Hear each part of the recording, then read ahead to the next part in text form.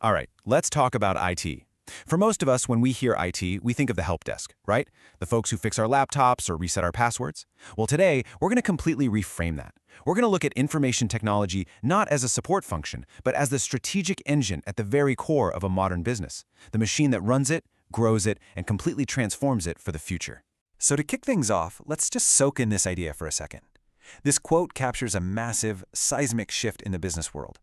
It used to be that the execs would cook up a strategy and then they'd call IT and say, "Hey, can you help us do this?" Not anymore. Now, what's possible with technology is the strategy. IT isn't just in the passenger seat, it's got its hands on the wheel, and in many cases, it's also the engine and the GPS. And you can see that shift perfectly right here. For decades, we had the old view. IT was a cost center. It was basically a utility like the electric bill. You had to have it, but the main goal was to keep the costs as low as possible. But the new view is a complete 180.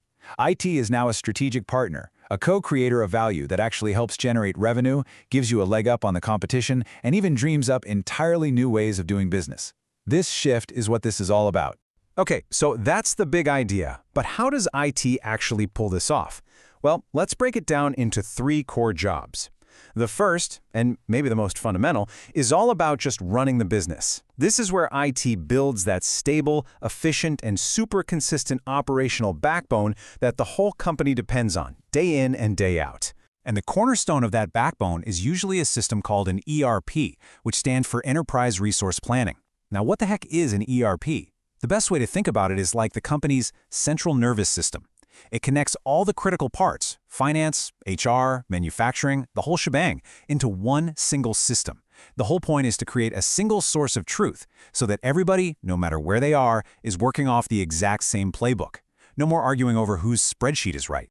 Theory is great, but let's get real. What does this look like out in the wild? Let me introduce you to ColorCon, a specialty chemicals company with offices and factories scattered all over the globe. They had a classic problem. Different sites were using different systems, which meant different data.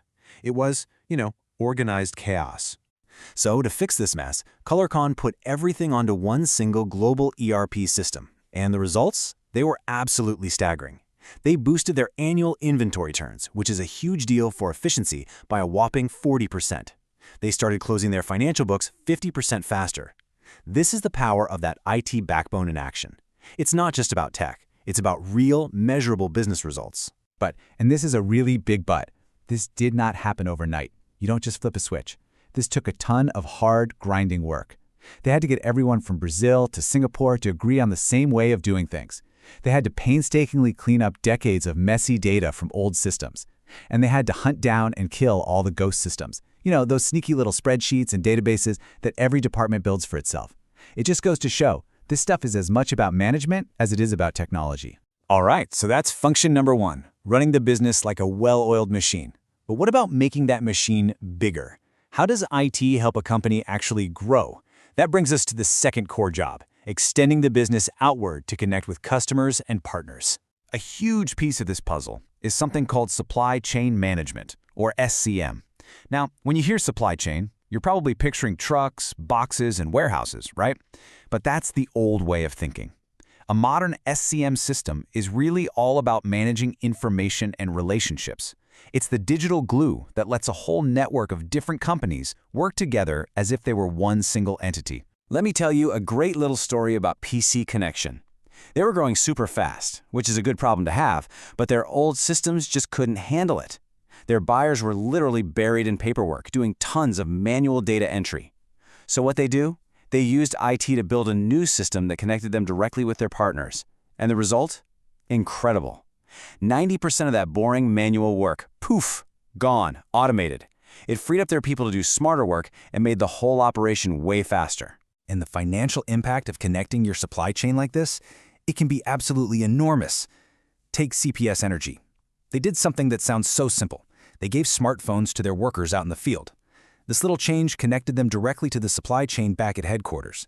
And in just 1 year, that simple move led to an $8 million reduction in inventory. That is real money right there. Okay, so we've got running the business and growing the business. Now we get to the really cool part, the part that feels a little like science fiction. Let's talk about how IT transforms the business, how it helps invent the company's future. At the heart of this transformation is one word: data. I mean, companies today are practically drowning in it. They have oceans of data. But having data is useless if you can't do anything with it. So the real billion-dollar question, the one that defines modern competition, is this: how do you turn that ocean of raw data into smart, fast decisions? The answer is something called business intelligence, or BI. You want a jaw-dropping example of this? Look at Motorola. Before they had a modern BI system, it would take a purchasing officer 20 days, 20, to pull together a report on their global suppliers. After they rolled out their BI system, it took minutes. Think about that. That's not just an improvement, it's a fundamental change in the speed of thought. It changes the kinds of questions you can even ask. But, transformation goes even deeper than just making faster decisions. That's great, but the true innovation frontier is where IT enables entirely new ways of doing business, creating capabilities that just flat out didn't exist before. And the applications are just all over the map. I mean, you've got Goodyear designing new tires inside a supercomputer, which let them slash their R&D budget by 25%. Then you've got an entire region in Italy, Trentino, using IT to manage its whole tourism industry as one unified destination. And then a food company, Mulino Bianco, is literally asking its customers online, hey, what kind of cookies should we make next? These are all business transformations, and they're all powered by IT. So this all sounds incredible, right? Run, grow, transform, it's the holy trinity of business. But here comes the reality check. Because all this amazing technology has to be implemented, managed, and used by people. And this is where technology meets human nature, and frankly, it's where things can get really, really messy. And if you want to see what happens when that human element fails, the results can be nothing short of catastrophic. We have to talk about the case of the French bank Société Générale. It's a tough story, but it's a powerful cautionary tale about where the biggest risks really lie. This quote just nails it. Companies spend fortunes building digital walls to protect themselves from outside hackers. But the Société Générale case is the ultimate proof that sometimes the call is coming from inside the house. The risk from someone who already has the keys can be even bigger. So here's what happened. A single trader used his expert knowledge of the bank's own IT systems to get around the controls. He cooked up fake transactions to hide the massive unauthorized bets he was making. Now here's the crazy part, the part that should keep managers up at night. The IT systems actually worked. They raised hundreds of red flags. The technology was screaming that something was wrong, but the people, the humans in the loop, failed to investigate those alerts properly. The result was a loss of over $7 billion. Let that sink in. This wasn't a technology failure. It was a catastrophic failure of management. Which brings us to the single most important takeaway from this whole thing.